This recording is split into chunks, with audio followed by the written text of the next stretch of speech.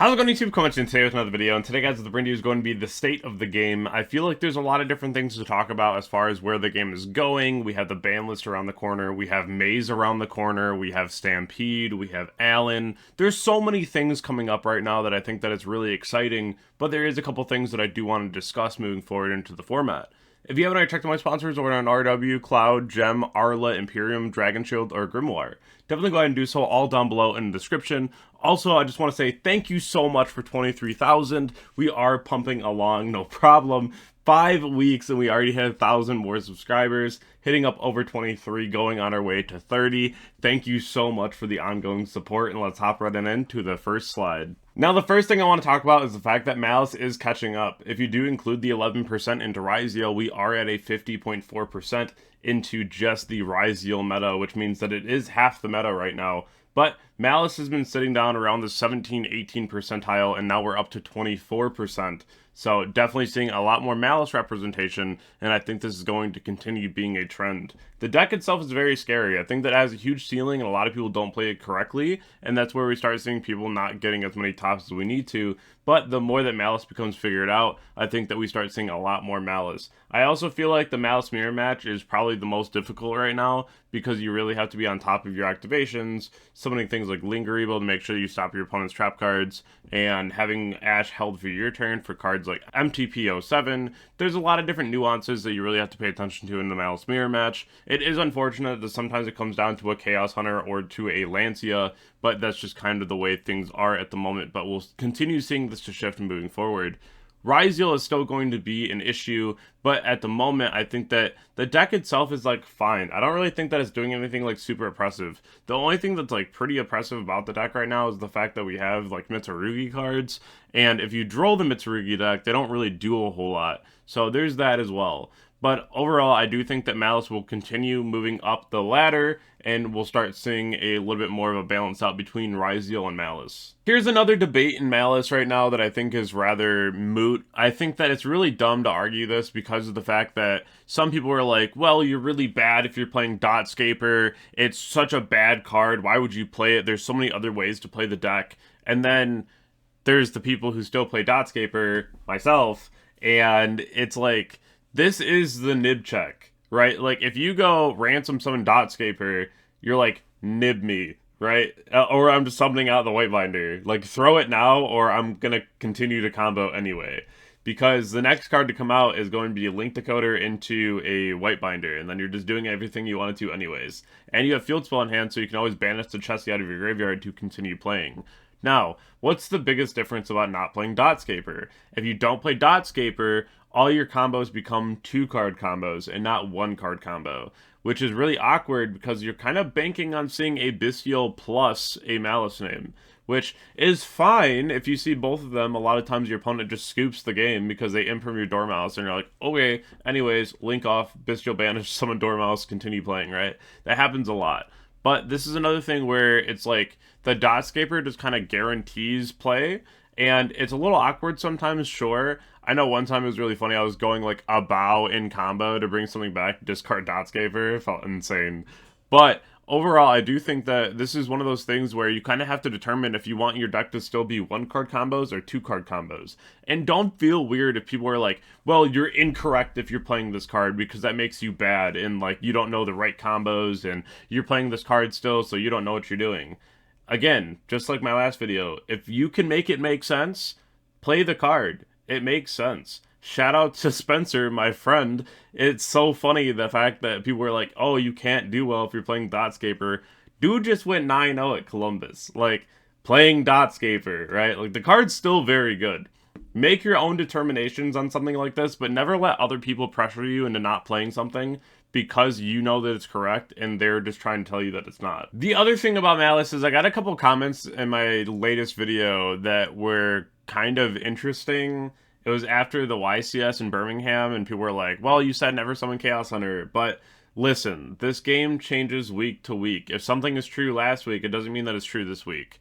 Thrust has removed itself from the main deck, especially in Malice, and a lot of times people are playing like one talent. So at the moment, Chaos Hunter is not a bad option because those cards have went away, so that means that a lot of times there's less counterplay. Does that mean that there's still ways to clear this card and that it's going to be more subject to getting cleared moving forward? Sure. But the cards that were the hard counter for it are becoming less and less popular, therefore the tech card is becoming a lot better. I was going to bring Pure Ryziel to Orlando, and this is something that I ended up changing last second, and I can't be mad at myself for changing it because of the fact that Ryziel Fiendsmith won the event and it was the most in representation. But I do think that Pure Ryziel has a lot of legs to stand on right now. I think that this is a crazy deck. There's a lot of room for non-engine, Pot of Desires, tons of hand traps, and tech cards. This is a deck that does really well. You can also play like the Breaker variant like Centoli was doing. The deck itself can perform at a very high level, and it also plays less than Abyssials. The other thing that I like too is the fact that we have the 7th Tachyon coming out, so that means that playing like the shark cards like the Big Jaws is going to be a lot better now because you can just go ahead and search it with this rather than going for something like a Small World, which makes it a lot better. 7th Tachyon also searches Lancia, which is really scary into the Malice matchup. So that's why I feel like now more than ever, if you're playing Malice, you're gonna be wanting to main deck Droll at 3. Even if you're not playing just Malice, I still think main decking Droll at 3 right now is really strong because you're going to see things like 7th Tachyon, and if people are really trying to do it, they'll play like 7th Ascension, right? And that's something that I do not recommend, but it's something that we'll probably see still. But 7th Tachyon is coming out at the end of this month in May's. It's going to be a very, very good card. I'm assuming it's going to be the same price as Bonfire when it first came out, so just expect it's going to be a little bit on the higher end. But also remember that Bonfire and the rollback were relatively easy to pull. It wasn't really that hard. So I don't really think that they're going to stay that high, but they definitely could because they're going to be around for a while and really useful. I do find this card better than Small World. Of course, you can get to it via Ascension if you want to do that, but it's also just like less conditional and you having a line to get through because you just like put the card in your extra deck that you want to search off of, and then you're able to just play 7th Tachyon. But Droll is going to be really effective post-Maze. Now, is this a problem? Water has been around now for a little while, and they just got the new Poseidra card, which is really strong. We did see Water hit top 4 at YCS Birmingham, which was really cool to see because the deck itself is very strong. It does have a lot of different options. Cards like Colacanth, summoning out multiple Toads in the deck too is also really crazy. But I do find that any deck that has a hand loop in it is utterly degenerate, and I don't like it. I don't like hand loops more than I don't like Shifter, if that puts it into perspective. I think that it's really ignorant to have cards like Minstrel when, just like my last video, the one prior, where I was talking about Mind Crush's hand verification, not a thing anymore. Lullaby's deck verification, not a thing anymore. Confiscation's banned, Forceful Sentry's banned, Appointer's banned. Why do we have a card that you can search or open and just like gain value off of it while also ripping from your opponent's hand? I do not like cards like this. I think that it would be nice if we didn't have Moulin Glacia or Minstrel and just let the deck be a deck, right? I think that'd be really cool because the deck itself has a lot of really meaningful interactions that are really strong, but there's a lot of times where you play against this deck and they open something like Minstrel Dragoon and you just feel like you auto-lost. Because you open like one hand trap versus their combo. Even if it's Droll, if they open Minstrel, you just lost the game. And it's kind of crazy because they go rip 1 and then they go summon Moulin Glacia, rip 2. You get the 1 back, but you start your turn off with like no cards versus their huge board. So it can be very problematic. But let me know down in the comment section what you think about this card and what you think about Mermail in general. But I feel like it's one of those things where if you lose the die roll, you probably just lose the match. Shoutouts to the winner of the Tulsa Regional. The Azamina White Forest deck is actually really real and something that you're going to be running into a lot. This is another thing where Droll can be really impactful, so can Bell.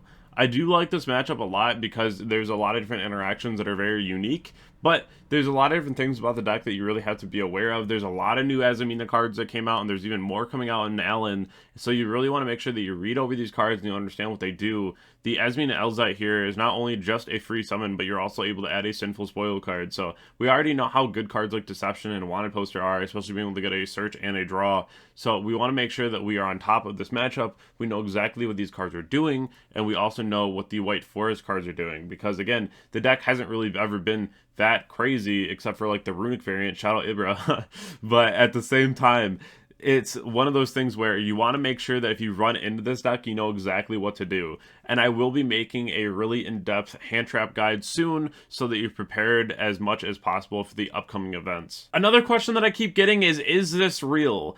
The Blue Eye Structure deck is only real for the hand traps that are inside. I do not think this deck is going to do anything. I think that in general, if you want to play anything with Primite, you just play the Primite Bestial Fiendsmith deck. I think that deck is very real. It's very cool. I do not believe that the Blue Eyes deck is going to do a single thing. Maybe it'll get like a regional top just because of pure representation of people trying it out and people wanting to be like, oh, I topped with Blue Eyes, right? Like, I'm sure it'll happen, and there's a lot of different support cards for it. But overall, if we're talking about like a heavily competitive setting, I don't think that it performs that well. The thing that I do think is really good is the Link 1 that can turn a Veiler into a dragon. And that's one thing that's always been really awkward because you always play light monsters and hand traps as far as like a Bestial Control or a Dragon Link deck. So now you can normal summon a Veiler, make the Link 1, and then Bestial away the Veiler, and then continue to play the game, which is really cool. And it gives you another opportunity to at least be able to play from a really bad hand. If you haven't already joined my Twitch, Twitter, Instagram, or join my Discord, or subscribe to the channel, definitely go ahead and do so. And I really do appreciate all of you for the 23,000. Let's hit 30,000 by the end of the year. That's exactly what my goal is,